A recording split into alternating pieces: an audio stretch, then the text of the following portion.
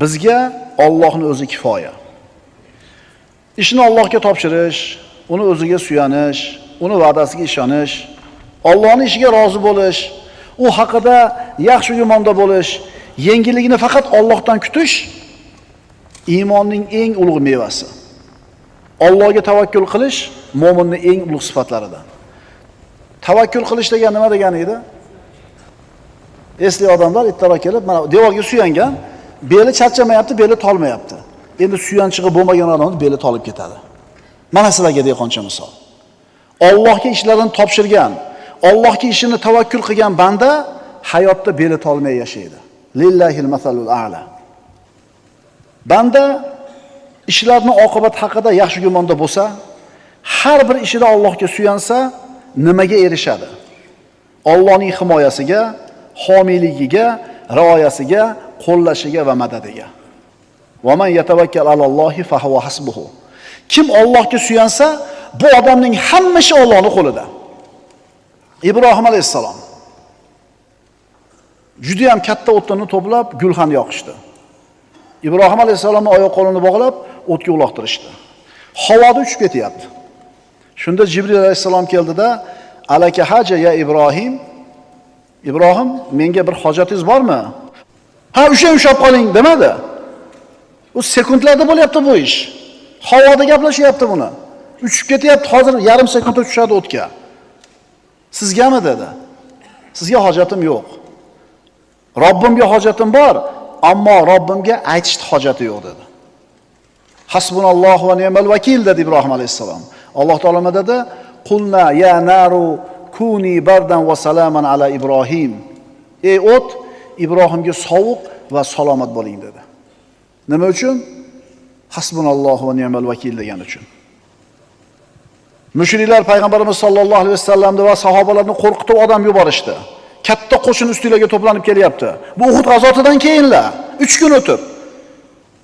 Rasulullohni qo'rqitgani, sahobalarni qo'rqitgan odam yuborganda Rasululloh aytdilar, "Hasbunallohu va ni'mal vakil."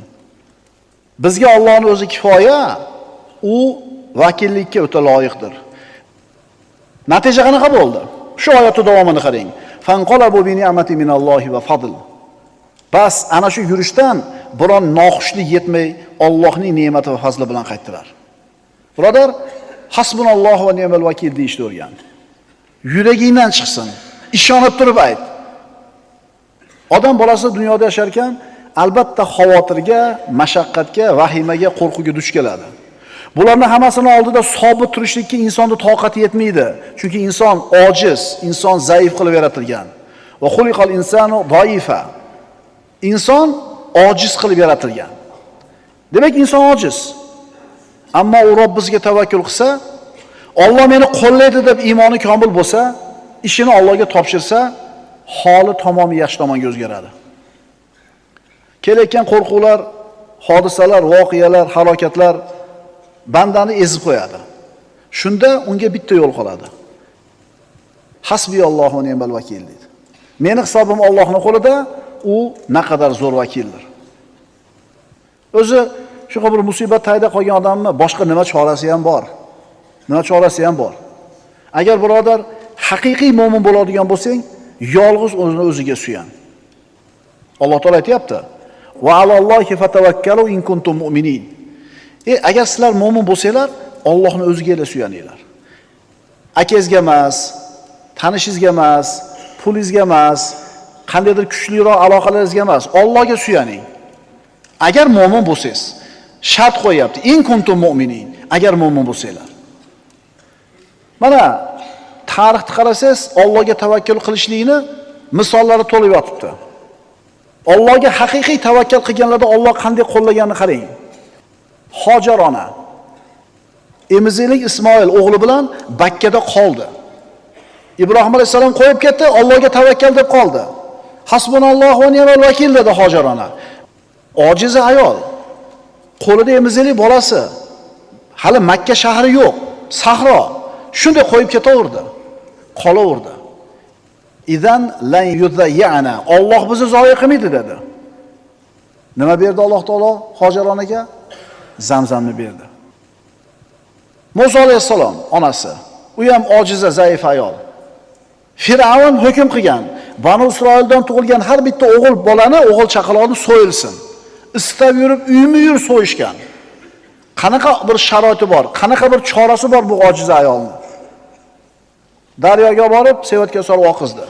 Hasbunallohu va ni'mal vakil dedi. Nima bo'ldi? Firavunning qasriga borib, Firavunning bolasidek katta bo'ldi. Mana shu Musa alayhisolamni qatl qilishlik uchun chaqlangan qilichlar, pichoqlar, hanjar, nayzalar Musa alayhisolamning himoyasida, xizmatida turdi. Onasini uyiga olib borib keladigan bo'ldi, Firavunning xonadonining bolasi bo'lganligi uchun. Chunki Alloh taologa birodarlar, qiyin narsani o'zi yo'q. Shuning uchun birodar, agar qiylangan bo'lsang hayotda, mashaqqatlar ezib tashlagan bo'lsa, dod devorgin kelayotgan bo'lsa, shu muammodan chiqishni xohlaysanmi? Albatta xohlaysan.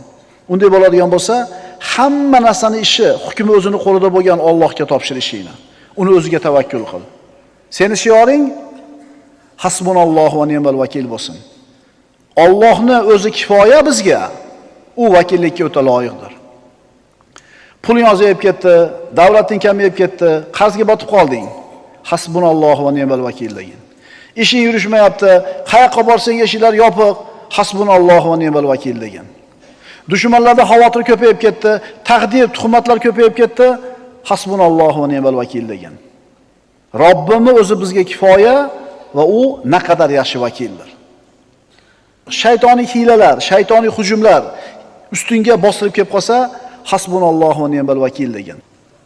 Chunki shaytonning hilasi Allohga tavakkal qilgan bandalarga o'tmaydi. Qaytarib aytaman, Allohga haqiqiy tavakkal qilgan odamga shaytonning makr hilalari o'tmaydi. Astagfirullah. Inna ibadi laysa laka alayhim sultonun va kafa bi robbika vakila. Mening iymon e'tiqodli bandalarim ustiga esa sen uchun hech qanday saltanat hukmronlik bo'lmas. Parvardigoringning o'zi yetarli qo'riqlovchidir. Iblis Odam alayhisalomga sajda qilishidan bosh tortdi. Jannatdan quvildi, la'natni oldi va Alloh taolodan qiyomatgacha o'lmaslikka izn so'radi. Alloh izn berdi. Iblis nima dedi? Endi mana shu odamni deb turib la'nati bo'ldi, mana shu odamni deb turib jannatdan quvildimmi? Endi men buni zurriyotini hammasini to'g'ri yo'ldan adashtiraman dedi. Oldidan orqasidan kelaman, o'ngidan so'lidan kelaman, ustidan ostidan kelib juda ko'pchiligini adashtiraman, juda ko'pchiligi seni to'g'ri yo'lingda bo'lmaganligini ko'rasan dedi. Alloh taolo nima dedi?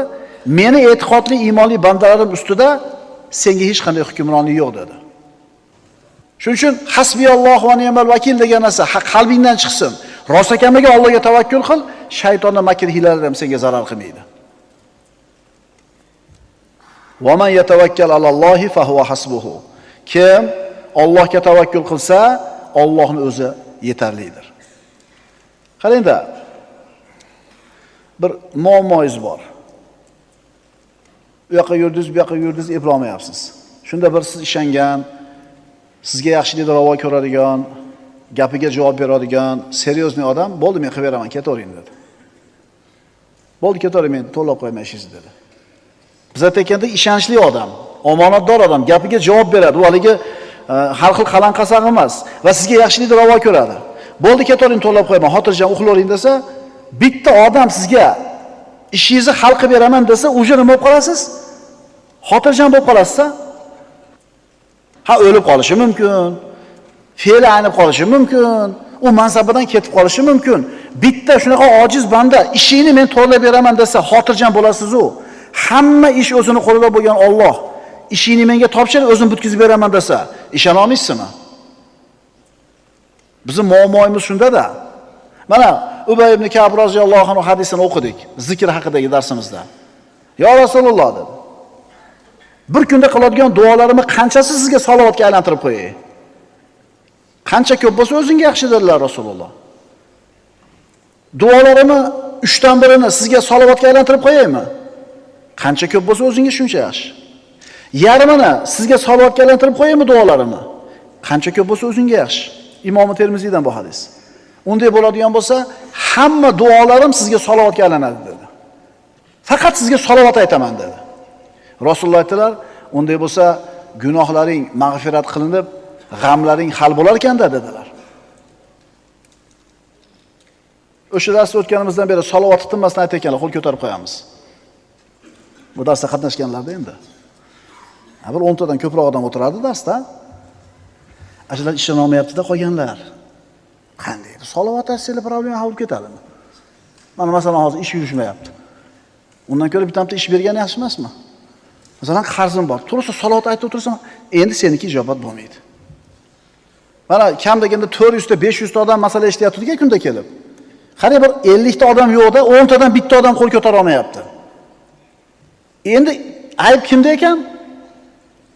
Hayotda osuda, xotirjam, sakinat bilan yashamayotganingizga sabab nima ekan?